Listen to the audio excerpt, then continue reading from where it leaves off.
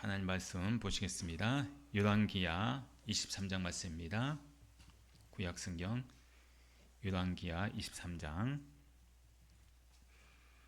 21절로 25절 말씀까지입니다. 21절로 25절 한 절씩 교독합니다. 왕이 뭇백성에게 명령하여 이르되 이 언약책에 기록된 대로 너희의 하나님 여호와를 위하여 유월절을 지키라 하며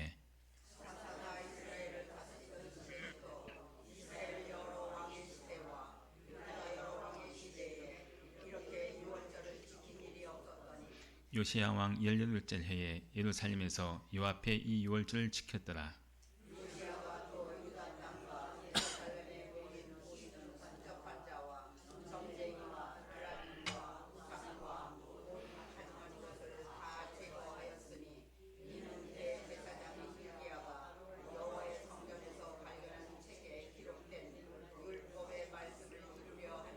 같이요. 요시아와 같이 마음을 다하며 뜻을 다하며 힘을 다하여 모세의 모든 율법을 따라 여호와께로 돌이킨 왕은 요시아 전에도 없었고 후에도 그와 같은 자가 없었더라. 아멘. 오늘 말씀은 요시아의 개혁과 나의 개혁이라는 제목 가지고 함께 말씀 나누겠습니다. 우리가 사람은 누구나 인생을 살아가는 그런 과정 속에서 아니면 또 우리의 인생이 이제 마치고 나면은 우리가 이 평가를 받게 되어 있습니다. 평가를 받게 되어 있는데 사람들에게 나는 어떤 사람인가 이렇게 평가를 받는 것이죠.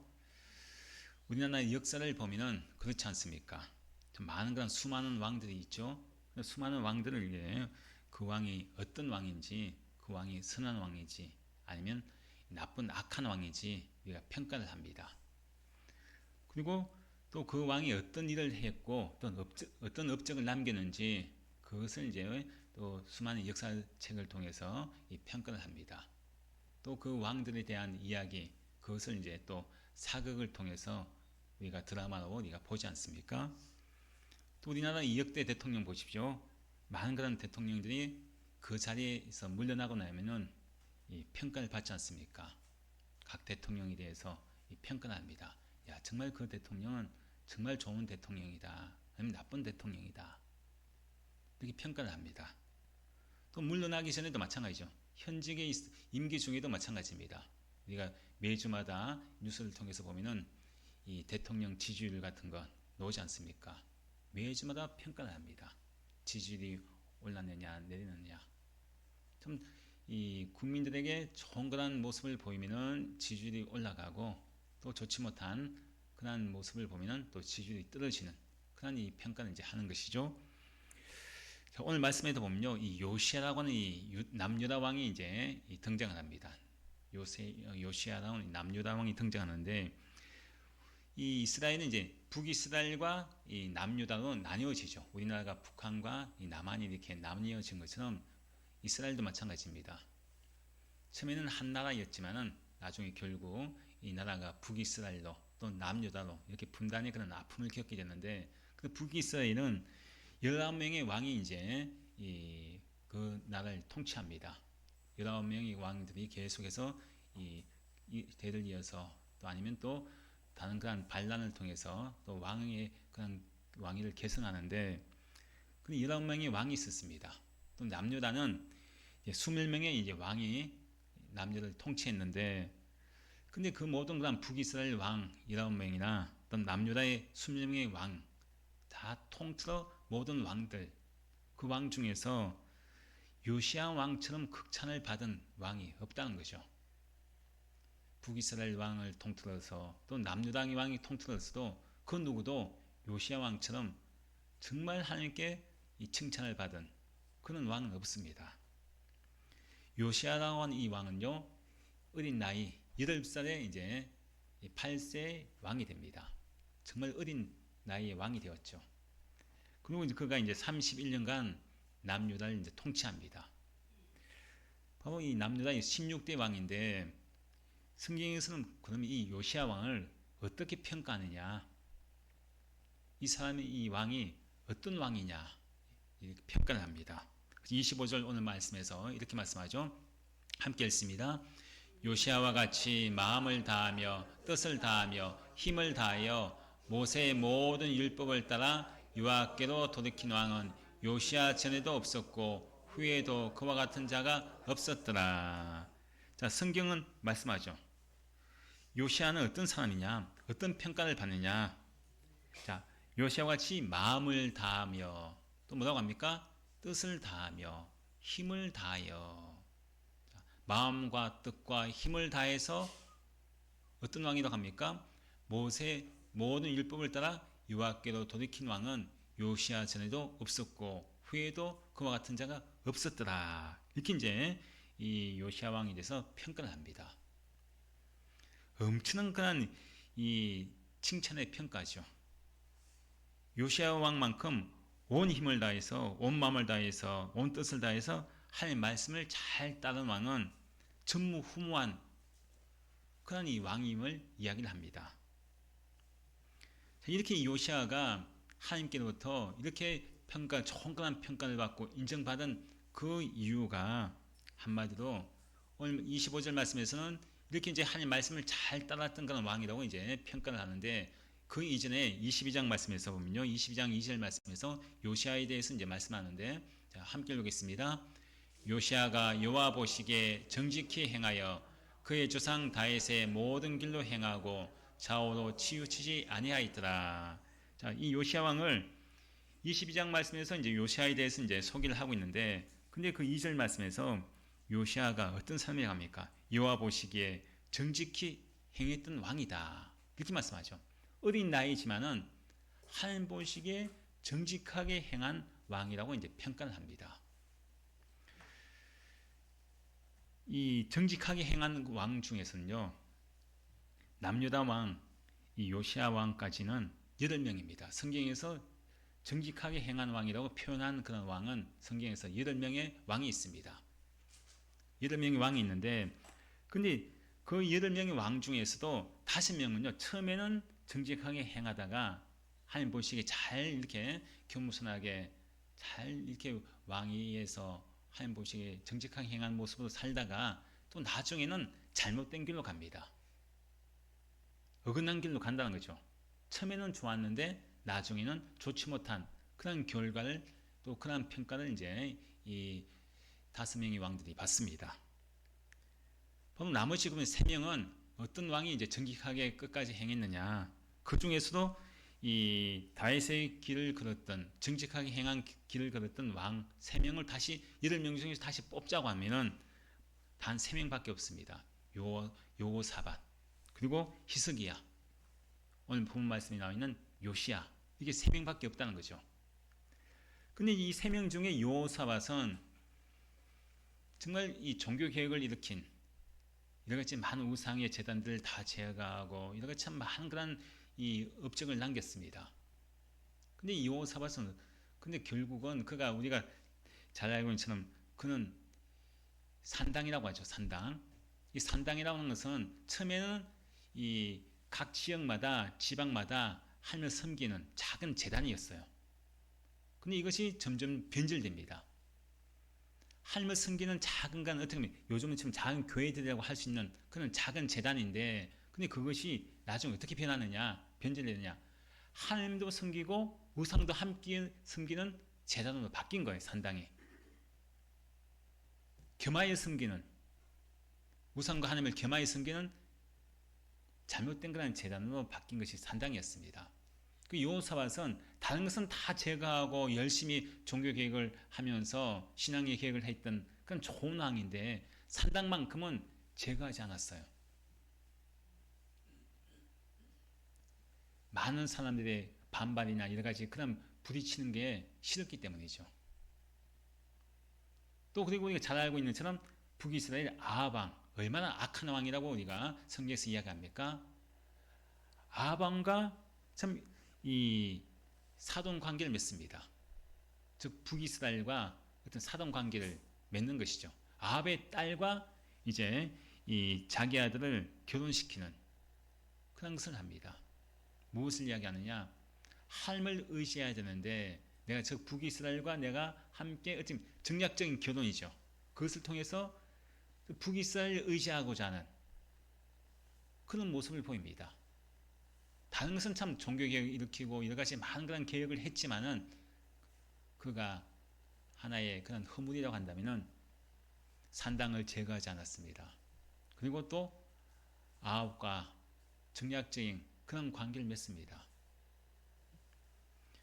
또 우리가 또 잘 알고 있는 또 히스기야 왕, 그도 하나님 보시기에 정직히 행하는 왕인데 그건 죽을 병에 걸리지 않습니까? 그 죽을 병에 걸렸지만 하나님께서 살려주시죠. 생명을 연장시켜 줍니다.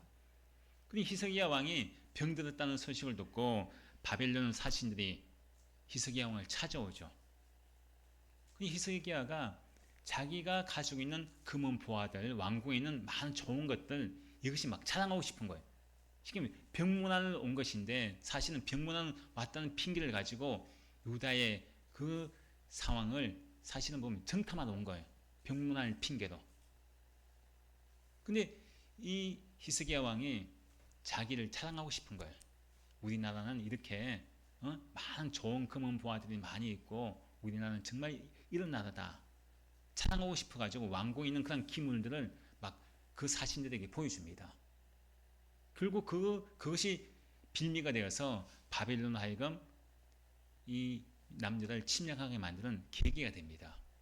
결국 바벨론 포로가 되죠. 나중에는. 자, 이렇게 여호사밧이나 또 히스기야 왕은 정직히 행한 그런 모습이 있지만은 그들에게도 또 허물이 있고 실수가 있었습니다. 근데 오늘 본 말씀에 있는 이 요시야 왕은 어떻습니까? 요시야 왕은요, 정말 진정한 의미에서 성경에서 정직히 행한 왕은 이 요시야가 유일한 그런 왕이라고 할 수 있습니다. 하나님 보시기에 정직하게 행했다. 자, 우리가 정직이라고 하면 어떤 모습입니까? 정직하게 행한다는 것은 정직이라는 것은 내가 기준이 아닙니다. 내가 기준이 아니에요. 여기서 정직하게 행했다는 것은 하나님 여호와 보시기에 정직한 하나님이 기준이 되어서 정직한 삶을 이야기하는 거예요. 즉 하나님 말씀이 기준이 되는 것이죠. 그럼 우리는 보통 살아가면서 뭐가 기준이 됩니까? 내가 기준이 되는 경우가 많거든요. 내가 볼 때 저 사람이 나쁜 사람이고 내가 볼 때 저 사람이 잘못한 것이면 잘못한 것이고 항상 모든 것의 기준이 자기가 기준 아닙니까? 자, 근데 여기서 성경에서 말씀하고 있는 여호와 보시기에 정직하게 행했다는 것은 하나님의 기준이 정직입니다. 내가 좋아하는 대로, 내가 원하는 대로 그런 삶이 아니라 하나님께서 원하시는 모습으로 살아가는 것이 그것이 바로 정직하게 행하는 그런 모습이라는 것이죠. 그러니까 하나님께서 이 요시야 왕을 인정하시는 거예요. 그래서 열왕기하 22장 말씀은요, 요시야가 왕이 된 지 18째 해에 이렇게 말씀하지 않습니까? 그때 이제 대제사장 힐기야에게 성전을 청소하라고 수리하도록 이제 이야기합니다. 야, 성전을 깨끗하게 한번 수리를 해라 하고 대제사장 힐기야에게 명령을 하는데, 근데 성전을 보수하는 공사 중에 뭘 발견하느냐? 성전에서 모세의 율법책을 발견합니다. 율법책. 모세의 율법책을 발견해서 근데 그 율법책을 서기관인 사반에게 주어서 사반이 요시야 왕에게 그 율법책을 읽어줍니다. 성전 수리하다가 발견한 율법책을 요시야 왕이 이제 기도 듣게 되는 거죠. 그런데 하나님 말씀이죠. 근데 그 율법책에 하나님 기록된 말씀을 듣다 보니까 요시야 왕이 막 예통해합니다. 하나님 말씀을 들으니까 예통해하고 옷을 찢으면서요 하나님 앞에 회개합니다. 왜 그러냐? 아니 왜 그 율법책을 읽어주는데 왜 요시야 왕이 그 이야기를 듣고 율법책에 기록된 하나님 말씀을 듣고 왜 예통해하고 옷을 막 찢으면서 회개하는 그런 모습을 보이느냐? 그동안 이 하나님 말씀을 듣다 보니까요, 성경에서 발견한 율법책의 말씀을 하나님 말씀을 듣다 보니까 우리 이스라엘 백성이 하나님의 백성이 하는 이스라엘 백성이 그동안에 하나님 앞에 얼마나 큰 죄를 짓고 살았는지 말씀을 듣다 보니까 너무나 큰 죄를 지은 그런 모습으로 살고 있으니까 너무나 이것이 예통합니다. 다른 신에게 우상을 섬기는 다른 신에게 분향을 하고 정말 우상 숭배하는 그런 모습들이 그동안에 이스라엘 백성들 가운데 있었는데 이것이 얼마나 하나님의 큰 죄임을 율법책을 읽어주고 듣는 과정 가운데 요시야 왕이 깨닫게 되는 거예요.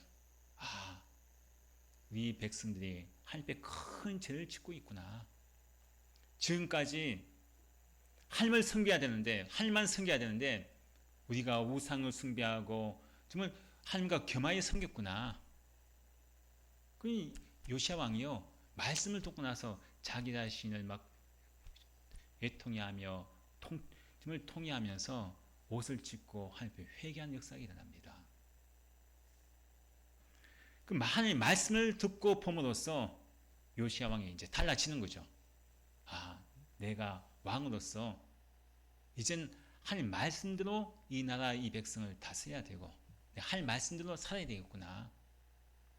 말씀이 있기 전에는 몰랐는데 성전을 수리하다가 말씀을 율법책을 발견하고 난 뒤에 이 하나님 말씀대로 그동안 살지 못했던 것, 우상 숭배하면서 잘못된 그런 삶을 살았던 것, 이것이 회개가 되어지고 이제는 내가 새로워져야 되겠고 이 나라의 백성이 새로워져야 되겠구나. 하나님의 백성이 말씀대로 그동안 살지 못했구나. 그것을 이제 알게 됩니다.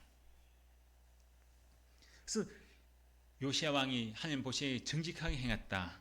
그 말씀은요, 하나님의 백성으로서 마땅히 어떻게 살아가야 할 것인가.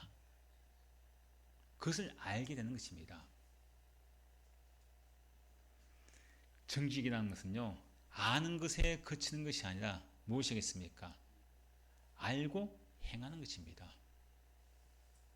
그건 귀로만 듣는 것이 아니라요, 행하는 거예요. 그게 바로 신앙의 개혁입니다. 여러분 어떻습니까? 우리가 오늘도 말씀을 듣습니다. 요시야 왕처럼 하나님 말씀을 듣죠.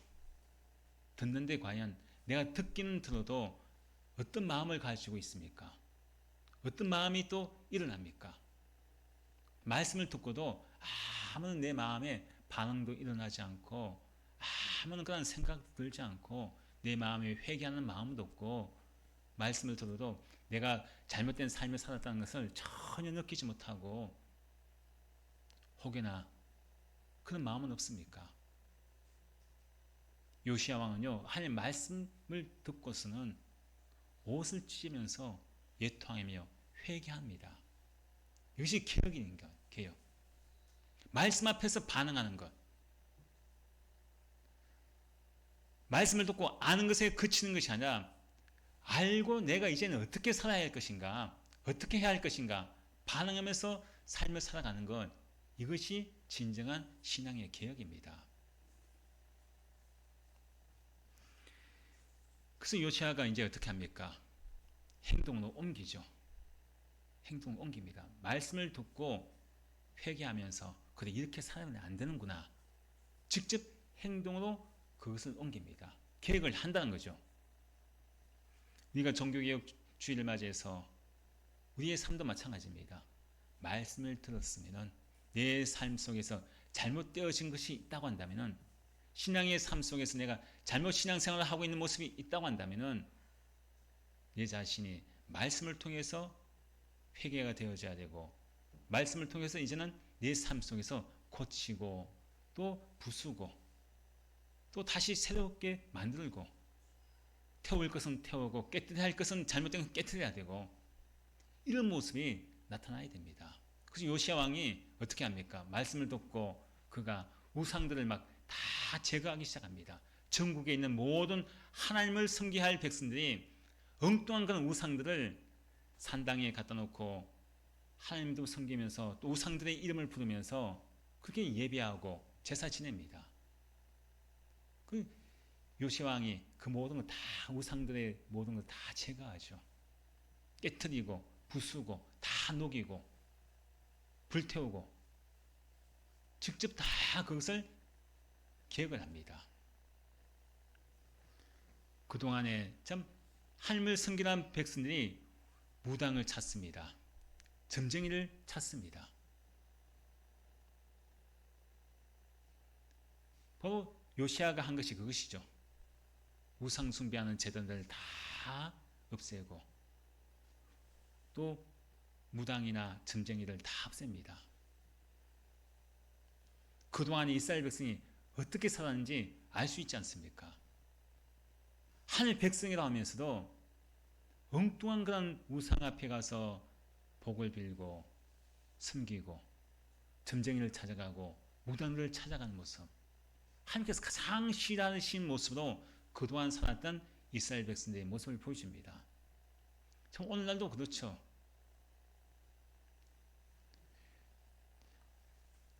오늘날도 보면은 무당이나 점쟁이들이 뭐라고 하는지 아십니까? 자기 찾아오는 손님들 중에 많은 사람들이 교회 장로도 있고 권사도 있다는 거예요.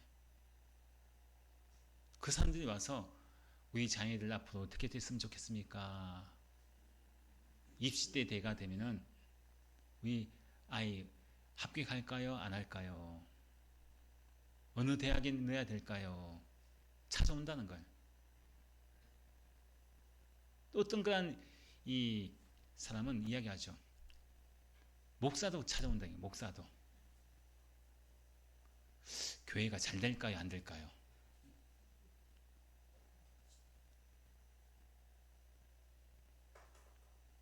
우리가 지금 어떻게 보면 그게 참 무서운 것 같지만요. 실제 현실적으로 우리가 지금 일어나고 있는 신앙의 모습들이라는 거예요. 목사나 장로나 권사나 신앙생활을 오래 했던 그런 거하고 관계없이 오늘날도 우상 숭배하고 무당을 찾아가고 점쟁이를 찾아가면서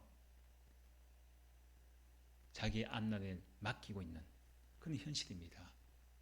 요시아 왕 때처럼 지금 이스라엘 백성들의 모습처럼 우리 신앙인들의 모습이 지금 그렇다는 거예요. 이렇게 또 교회에 찾아오지만은 하늘 앞에 나와서 기도하고 예배하고 있지만은 또 밖에 나가서는 사주를 보고 무당을 찾아다니고 점쟁이를 찾아다니고 이것이 오늘날의 모습이 아닙니까?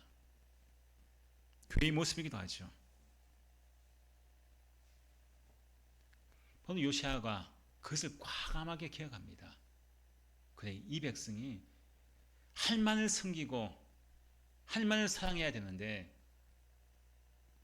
이 백성이 지금까지 잘못 살았구나. 할 말씀을 통해서 알고 그래 말씀대로 사는 것이 무엇인가 알았기에 행동을 옮기죠. 모든 우상들을 다 제거하고 무당이나 점쟁이나 이거 다 제거하고 오직 할 말 섬기도록 말씀대로 살고자 하는 그런 계획을 과감하게 요시아 왕이 단행을 한 것입니다. 바로 요시아 왕이 왜 이렇게 좋은 평가를 받습니까? 바로 할 말씀대로 살려고 했기 때문에 하나님께 좋은 평가를 받는 거죠. 정직하게 행했다는 것. 여호와 보시기에 사람들 보기에 정직하게 행한 것이 아니라 하나님 보시기에 정직하게 행하는 것. 우리는 살아가면서 얼마나 많은 사람들을 의식을 하며 삽니까? 내가 어떤 평가를 사람들에게 받느냐. 사람들에게 평가받는 건 참 중요하지만은 더 중요한 것은요. 하나님께서 나를 어떻게 평가하실까? 그게 중요합니다. 아무리 사람들한테 좋은 평가를 받는다고 할지라도 하나님께 좋지 못한 평가를 받게 되면 그것은 실패한 인생입니다. 사실 정직하게 행한다는 것은 말씀대로 산다는 것 이것을 보면요. 우리가 참 힘들 수도 있죠. 정직하게 하나님 말씀대로 살아간다는 것 내가 손해볼 수도 있고요. 내가 피해볼 수도 있고 근데 바로 요시아 왕은 그런 여러 가지 많은 그런 이 과감하게 개혁해야 될 부분에 있어서 내가 신앙생활 하는 데 있어서 이 백성이 신앙생활 하는 데 하나님을 믿고 하나님을 따르는 데 있어서 장애물이 뭘까? 내가 하나님 앞에 거룩한 모습으로 나아갈 때 믿음으로 살아가는 데 있어서 장애물이 뭘까? 그것을 말씀 앞에 비추어서 볼 때 그 장애물 되는 것은 다 제거합니다. 또 21절부터 23절 말씀에 또 그 말씀하지 않습니까? 함께 읽겠습니다. 왕이 뭇백성에게 명령하여 이르되 이 언약 책에 기록된 대로 너희 하나님 여호와를 위하여 유월절을 지키라 하며 사사가 이스라엘 다스리는 시대부터 이스라엘 여러 왕의 시대와 유다 여러 왕의 시대에 이렇게 유월절을 지킨 일이 없었더니 요시야 왕 18째 해에 예루살렘에서 여호와 앞에 이 유월절을 지켰더라. 자, 오늘 말씀 보니까요. 참 이렇게 우상을 깨뜨리고 또 무당과 점쟁이를 다 쫓아내는 그런 과감한 그런 계획을 했습니다. 쉽지 않습니다. 왜냐? 지금까지 오랫동안 이 이스라엘 백성이요. 그렇게 살아왔어요. 살아왔던 그런 과정에서 이것을 계획한다는 건 쉽지 않죠. 여러분 그렇잖아요. 우리가 처음 신앙생활 하는 분들이 교회에 나왔습니다. 막 그동안에는 막 집에 부적을 붙여놓고 막 여러 가지 많은 것들을 붙여놨다가 내가 예수를 믿어요. 근데 막상 그것을 또 제사 지내고 했던 그런 모든 것들을 쉽게 우리가 그것을 제거하지 못하고 과감하게 그것을 기획하지 못할 때가 있지 않습니까? 내가 이것을 부적을 제거하면은 우리 집에 무슨 큰 그런 예군이 닥치지 않을까? 제사를 안 지내면은 우리 조상이 노예해서 우리 자식들에게 큰 해를 주지 않을까? 사실 자기 후손들에게 해를 주는 조상은 좋지 못한 조상이죠. 제사 안 지낸다고 해서. 그런 불안과 두려움 때문에 과감하게 그것을 계획하지 못할 수도 있어요. 그 요시야 왕은요, 그것을 다 과감하게 계획을 하지 않았습니까? 그리고 또 그가 한 것이 무슨 일이냐? 그동안 유월절이라고 하는 이 이스라엘 백성들의 가장 또 중요한 절기 중에 하나인 유월절을 안 지켰다는 거예요. 사사 시대부터 지금까지 북이스라엘도 마찬가지고 남유다도 마찬가지고 이 유월절을 지금까지 한 번도 안 지켰다는 거예요. 유월절. 그럼 얼마나 긴 역사 속에서 이 유월절 절기를 안 지켰다는 것입니까? 근데 이 요시야 왕이 보니까요. 유월절 절기에 대한 말씀이 언약책에 기록되어 있으니까 이 백성이 그동안 하나님 앞에 유월절 절기를 안 지켰구나. 이제 이 유월절을 지켜야 되겠구나 하고 이제 다시금 유월절을 지키기로 이제 명령을 합니다. 여호와를 위하여 유월절을 지키라 그렇게 하지 않습니까? 언약책에 기록된 대로 말씀대로 유월절을 지키라고 이제 요시야 왕 때부터 다시 이제 유월절을 지키기 시작합니다. 자, 유월절이란 것은 무엇이겠습니까? 이스라엘 백성이 애굽 땅에 정사를 할 때 그때 출애굽하기 전날에 하나님께서 그들을 구원하신 이스라엘 백성들 애굽 땅에서 구원하신 그 날 패스오버라고 하죠. 넘어가는 거죠. 바로 하나님께서 이스라엘 백성들 애굽 땅에서 구원하신 날을 기념하는 것이 유월절입니다. 구원의 은혜를 기억하는 것이죠. 그래서 광야에서도 유월절을 지켰습니다. 가나안 땅에 들어가기 전까지. 그 힘든 광야 생활에서도 유월절을 지킨 백성들입니다. 근데 사사시대부터 그때부터 이 유월절을 안 지키는 거예요. 뭘 이야기합니까? 하나님의 은혜에 대해서요. 기억도 하지 않고 감사하지도 않고 지금 살아가고 있다는 겁니다. 여러분들은 과연 하나님의 은혜에 대해서 나에게 주신 구원의 은총에 대해서 기억을 하고 있습니까? 또 감사하고 있습니까? 내가 예수 믿게 된 것, 이스라엘 백성 애굽 땅에서 종살이 했던 이스라엘 백성이 구원받은 것, 자기 힘으로 구원받은 게 아니죠. 전적인 하나님의 은혜 속에서 그들이 이스라엘 백성들이 애굽 땅에서 구원받았습니다. 마찬가지입니다. 우리가 죄에서 구원받은 것은 내 힘과 내 공로, 내 의지, 내 힘 가지고 구원받은 것이 아니란 거죠. 오직 예수 그리스도의 보혈의 공로로 말미암아 십자가의 은혜로 말미암아 우리가 구원받은 자입니다. 그런데 우리는 과연 그 구원의 은혜를 이스라엘 백성을 치면은 유월절의 그 구원의 은혜를 기억하고 있냐 이것입니다. 그 이스라엘 백성은요 전혀 유월절을 지키지 않았다는 것은 하나님께서 주신 구원의 은혜를 기억하지도 않고 그 은혜에 대해서 감사하지도 않고 지금까지 살아왔다는 것을 보여주고 있는 말씀입니다. 오늘날 이 유월절, 참 어떤 그런 이단들은 유월절을 반드시 지켜야지 우리가 구원받는다, 그렇게 이야기합니다. 유월절이요 구원의 조건이라고 해요. 유월절의 구원의 조건. 그래서 다른 이단들은요, 어떤 이단들은 이 유월절을 지킵니다. 야, 봐, 성경에서 유월절 지키라고 있잖아.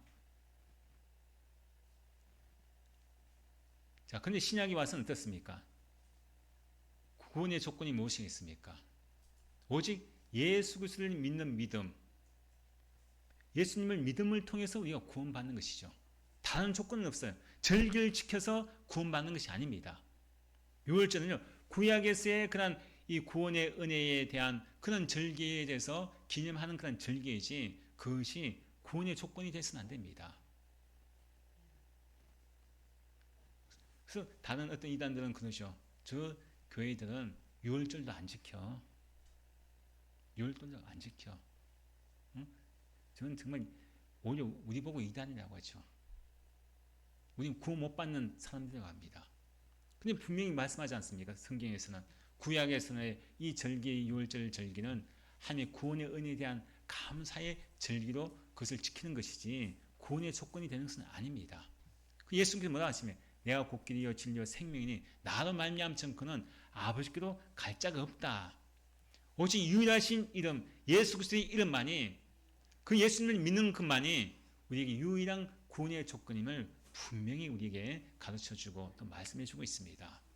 자, 근데 이 구약에서 바로 이 유월절을 지키지 않았다는 것은요, 구원의 은혜에 대한 감사가 빠져 있고, 또 거기에 대해서 구원에 대한 전혀 그런 은혜에 대해서 전혀 생각하지 않고 있는 그 이스라엘 백성들의 삶을 단적으로 보여주고 있는 모습입니다.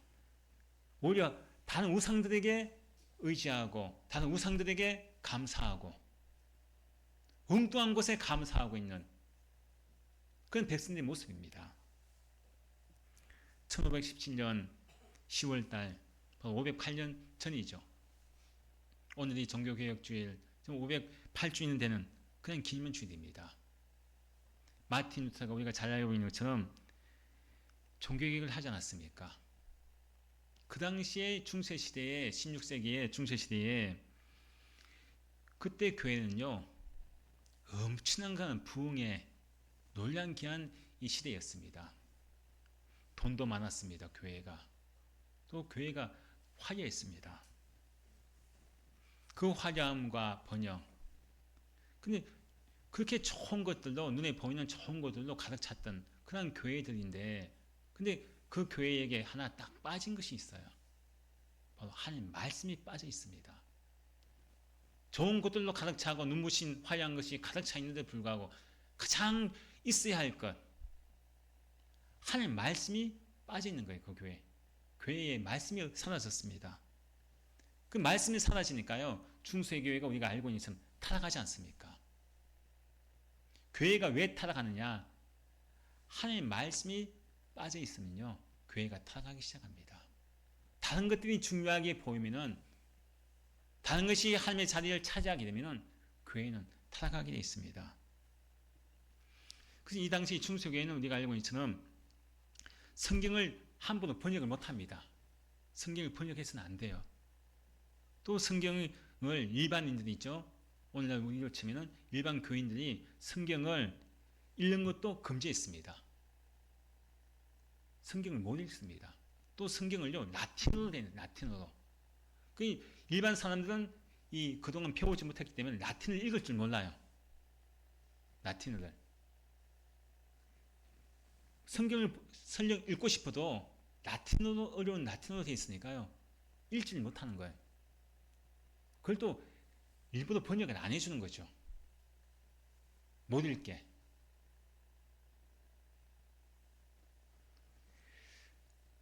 정말 하나님 말씀이 사람들에게 빠져 있고요. 그리고 사람들이 성경에 대해서 잘 모르겠죠. 읽지도 못하겠죠. 번역도 못하겠죠. 그러니까 사람들이 성경에 대해서 무시합니다. 그 당시에 오늘날 목회자들이 하나님 말씀을 또 전해주죠. 그 엄청난 권위가 세워지는 거예요. 우리만 하나님 말씀을 읽고 번역할 수 있다. 그런 말씀을 가지고 막 이 하나님 말씀을 전하는데, 근데 그들이 잘못 전합니다. 말씀이 변질돼요. 성모 마리아 상을 숭배하게 만들고요. 또 사도들의 그림 형상들 있죠. 형상들을 막 숭배하게 만드는 거예요. 그래서 가톨릭 가면은 이 형상들 많죠. 그림으로 된 것, 그림들. 가톨릭이 왜 그림 많은 줄 아세요? 그것을 숭배하게 만드는 거예요. 또 모양도 형상도 만들고. 또 수많은 그런 사람들 성인이라고 합니다. 성인. 성인들의 도움을 받아서 우리의 기도가 하나님께 응답되어진다. 그렇게 이제 이야기를 합니다. 그리고 심지어 우리가 알고 있는 것처럼 돈을 받고 면죄부라는 것을 팝니다. 면죄부. 그동안에 이 베드로 성당을 오랫동안 짓는 돈이 모자란 거예요. 엄청난 큰 베드로 성당을, 화려한 성당을 짓는데 돈이 없는 거예요.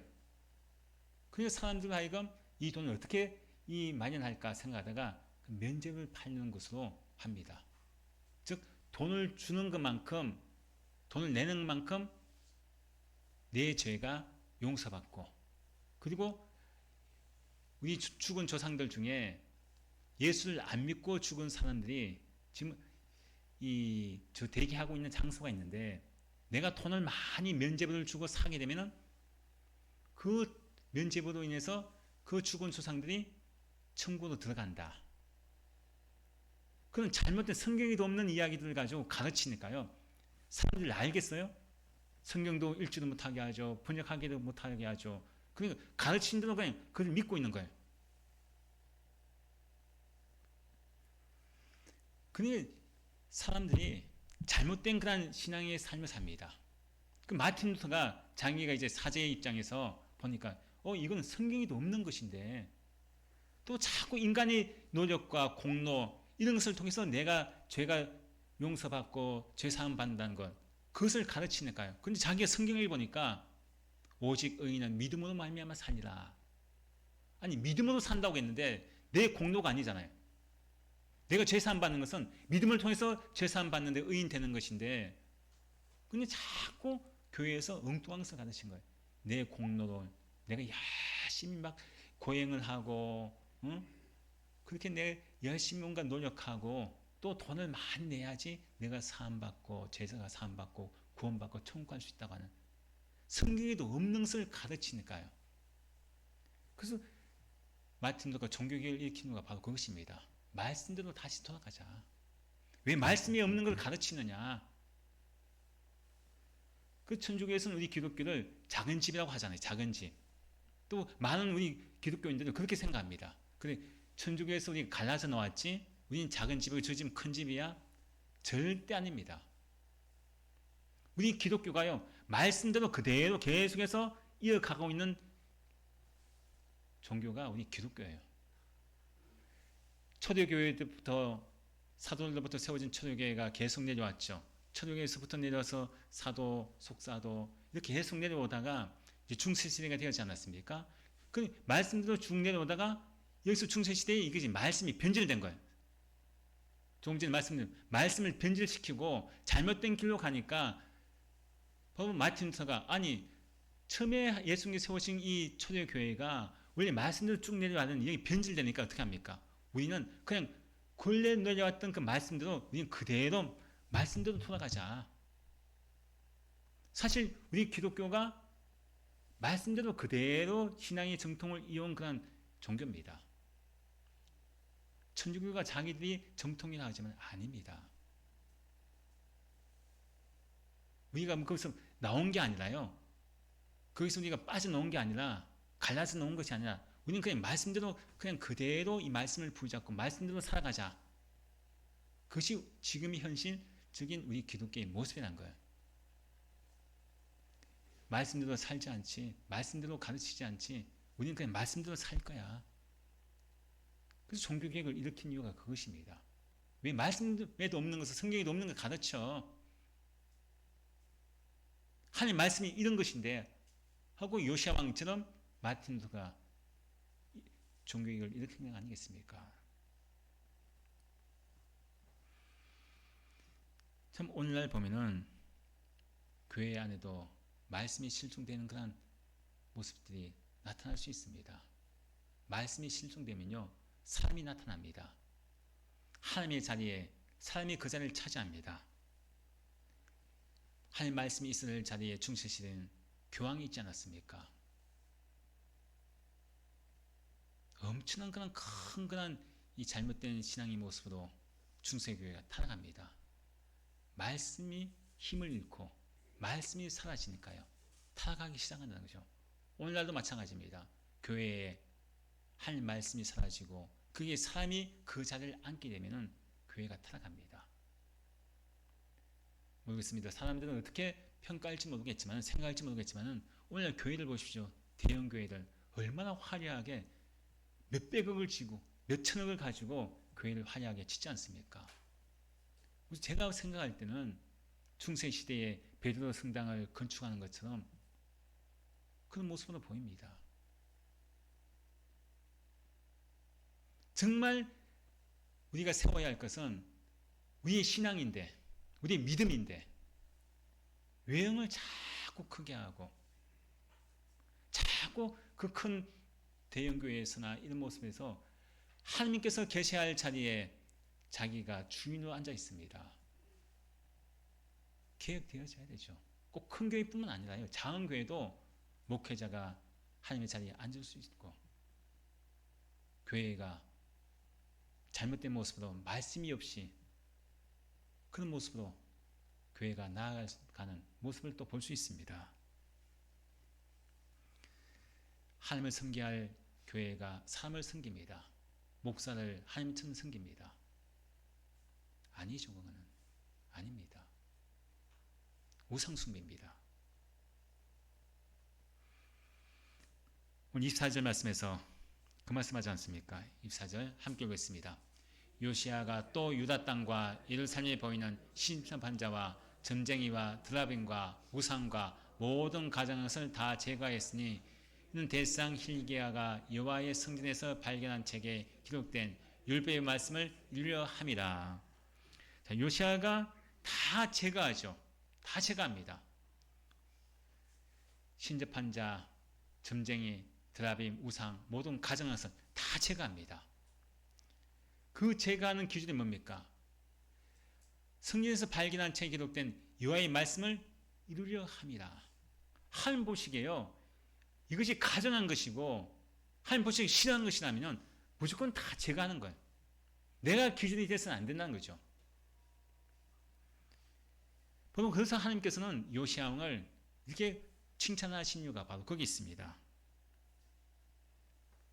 요시야가 어떻게 했든지 그의 모든 왕위에 있을 때 그의 삶은 항상 하나님의 말씀을 그의 삶에서 끊임없이 이루려고 했던 그런 모습을 보입니다. 사실 사람이라는 것이 완벽한 그런 사람은 없지 않습니까? 근데 비록 부족하지만 이 요시야 왕이 그가 하나님께 이렇게 큰 좋은 평가를 칭찬을 받는 이유는 무엇이겠습니까? 어떻게든 하나님 말씀대로 살려고 부단하게 애썼기 때문입니다. 무엇을 하는지 항상 내가 이것을 할 때 이것이 과연 하나님 말씀에 맞는 것인가? 말씀이 기준인 거예요. 매일 몇 순간마다 하나님 말씀 앞에 나를 세우면서 내 자신을 살펴보는 겁니다. 여러분들 하루에 거울 얼마나 보십니까? 거울 자주 보시죠? 아침에 일어나서도 보고 또 세수하거나 뭐 하면서 보고 거울 얼마나 많이 봅니까? 내 자신의 모습을 제대로 살펴보기 위해서 아닙니까? 우리가 내 육신의 그러한 모습은 거울을 그렇게 하루에도 몇 수십 분 보는데 과연 내 삶의 신앙의 모습 속에서 하나님 말씀 앞에 내가 얼마나 나를 보고 있냐 이것입니다. 내가 말씀대로 살고 있느냐, 말씀에 순종하고 있느냐, 얼마나 말씀을 그 앞에 내가 서가지고 내 자신을 살펴보고 있냐 이것이죠.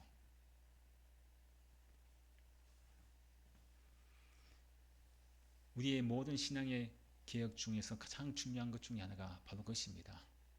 말씀이 기준이 되어서 살아가는 모습.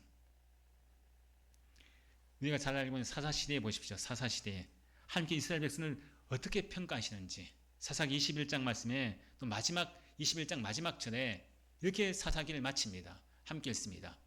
그때 이스라엘 왕이 없으므로 사람이 각기 자기 소견에 오르는 대로 행하였더라. 자, 이때 이스라엘 왕이 없다 이야기하죠. 이때 이스라엘 왕이 없다는 것은 뭘 이야기하느냐? 세상의 왕을 이야기하는 것이 아니라 하나님을 왕으로 섬기지 않고 자기 마음대로 인생을 살아가는, 자기 생각대로 살아가는 그런 모습을 이야기합니다. 바로 각기 자기 속에는 오는 대로 행하였더라. 이 말씀은요, 사사기에 4번이나 등장합니다. 4번이나. 하나님 끝까지 왕으로 섬기지 않고 내가 왕이 되어서, 인생의 왕이 되어서 내 마음대로 살아가는 거예요. 우리가 종교개혁을 맞이해서 오늘 이 시간에 내 자신의 모습을 한번 살펴보시기 바랍니다. 과연 나는 하나님 앞에 어떤 평가를 받을까? 내가 하나님 앞에 나는 과연 어떤 사람으로 나는 평가를 받을까? 과연 요시야 왕처럼 어떻게 됐든지 내가 할 말씀대로 살려고자 부단하게 말씀 앞에 나를 세우면서 말씀의 굴 앞에서 내가 어떻게 살아가야 할지 그것을 고민하고 그것을 가지고 발버둥 치고 있는, 내 자신의 잘못된 신앙을 고치고 개혁하려고 하는 그런 모습으로 살고 있는지, 아니면은 세상 사람처럼 하나님을 왕으로 섬기지 않고 자기 속에는 내 생각대로 내 마음대로 살아가고 있는 모습은 아닌지, 과연 난 어떤 사람을 평가받을 수 있겠습니까?